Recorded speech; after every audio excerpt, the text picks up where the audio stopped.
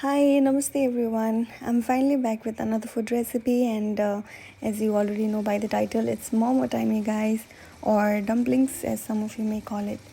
I have tried and tested so many veg momo recipes using a wide range of ingredients, but this recipe that I'm going to share with you all has by far turned out to be the best of all, and of course, my favorite.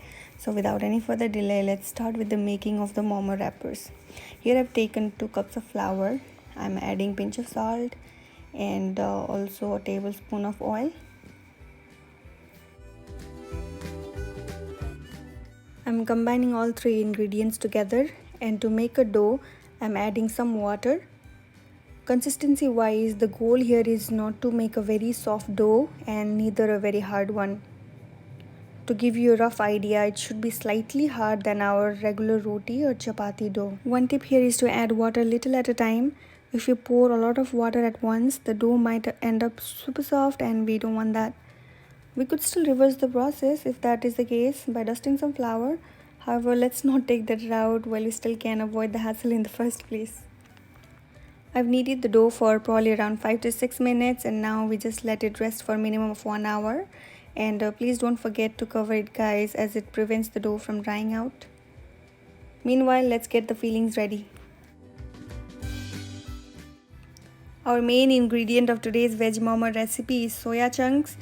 So I've taken 2.5 cups of soybean chunks. Basically what you do is soak it in the hot water for 10 to 15 minutes, and once it is cooled down, squeeze all the water and then finely chop it.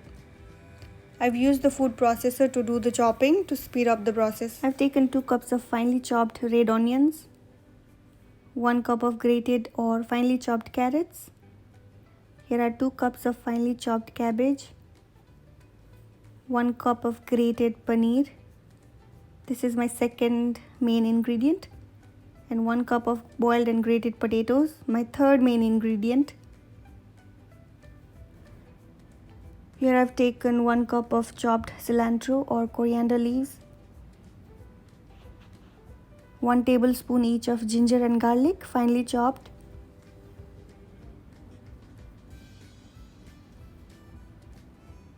I've used unsalted butter in this recipe.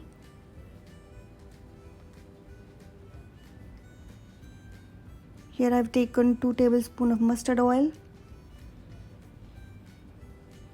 This is a mix of salt, red chili powder and cumin and coriander powder. I have also taken momo masala, which is optional.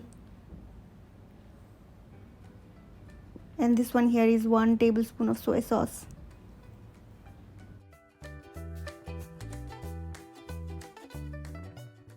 Now let's add all the ingredients in the mixing bowl.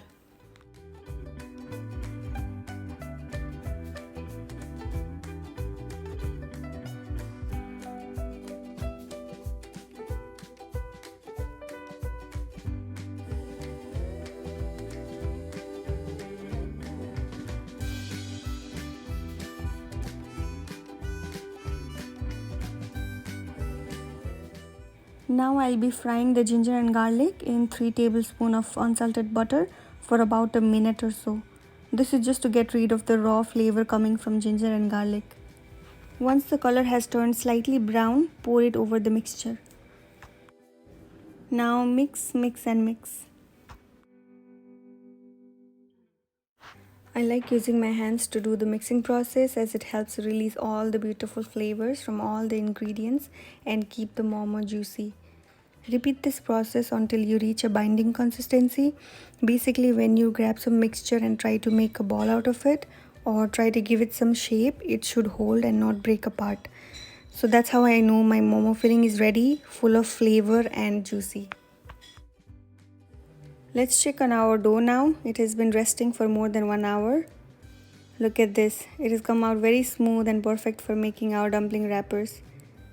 What I like to do is I like dividing the dough into multiples and work with 1 block at a time. So here I'm taking 1 block and rolling it with the help of my palm to give it a cylindrical shape.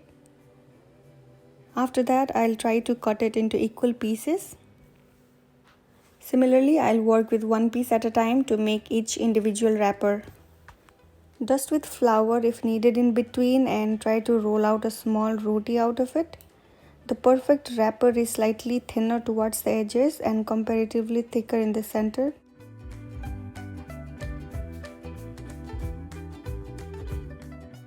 Once the wrapper is ready, take a spoonful of filling and place it in the center if you're trying to make round shaped momos.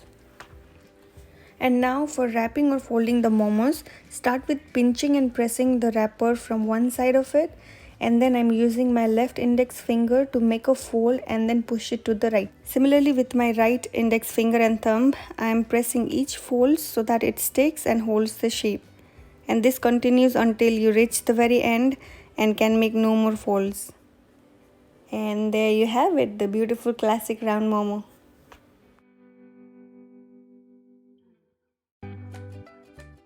Similarly, to make a C-shaped momo, I'm taking a spoonful of filling and then placing it in the center while spreading it across lengthwise. The folding pattern here is similar to the round shaped momos.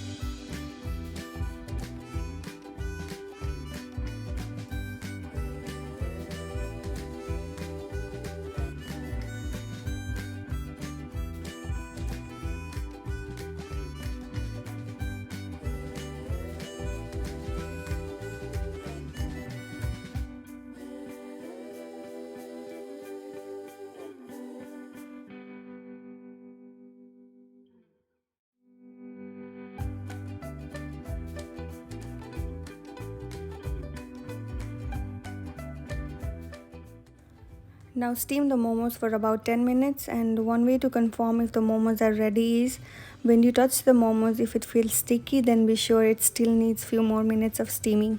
Thank you for watching. You know the drill, guys. If you found this video helpful in any way, please give it a like. Any suggestions, feedbacks, please feel free to drop it in the comment section, and do share it with your friends and family. Thank you.